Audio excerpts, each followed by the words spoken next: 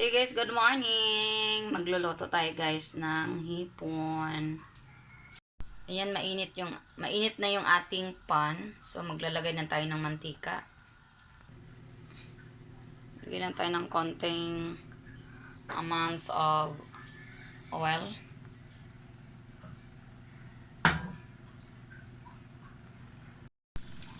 Ayan, nilagay ko na yung bawang. Sunod yung ating sibuyas or white onion.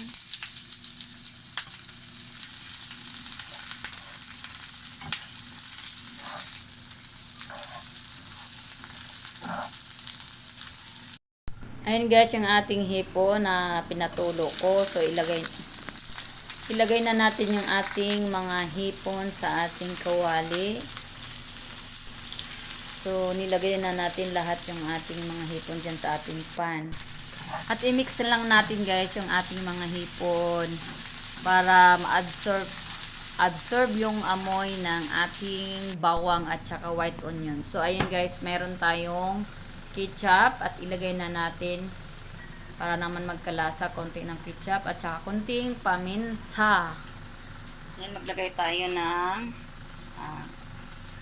asin. At bacon guys. Lagay tayo ng konting bacon. At haluin lang natin para mag-mix yung ating mga condiments doon sa ating shrimp.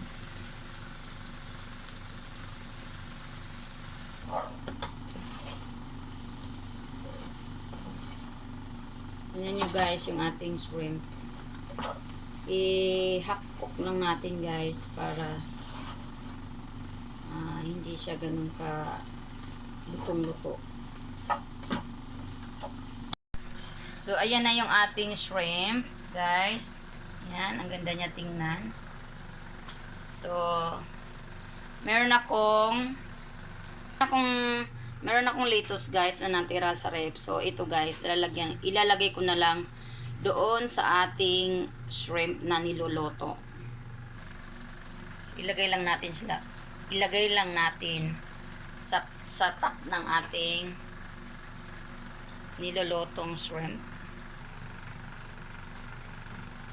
So, alam niyo naman guys na yung ating litos ay hindi na siya kailangan talagang lutong-luto kasi 'di ba nga ito ay nahalo lang sa salad. So, okay na yung ganyan. Hintayin na lang natin guys maluto yung aking sinaing na kanin dahil ayan yung sinaing kong kanin para makakain na yung aking bunso na papasok sa school.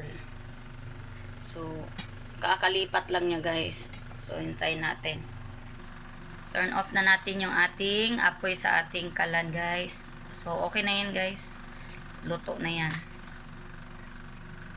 So, ayun guys, maghahanda pala ako ng baon sa aking bunsuan guys sa school. Maglalagay tayo sa kanyang lunch box. Pero guys, hindi siya mahilig sa gulay. So, lagyan talaga natin. Pero kumakain naman siya pagdating ng litos. Pagdating sa litos, so kumakain siya. So, yun guys, luto na yata yung ating kanin. So, handaan naman natin si Bunso sa kanyang lunch box. At saka kakain siya ng breakfast.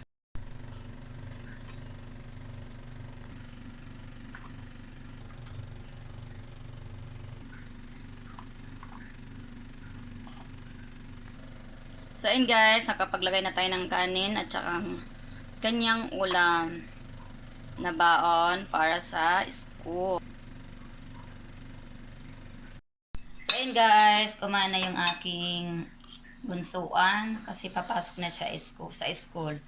So, ayun guys, that's it for our video today, this morning. So, kung kayo ay bago pa sa aking YouTube channel, please don't forget to click subscribe. Ingat kayo guys. Bye!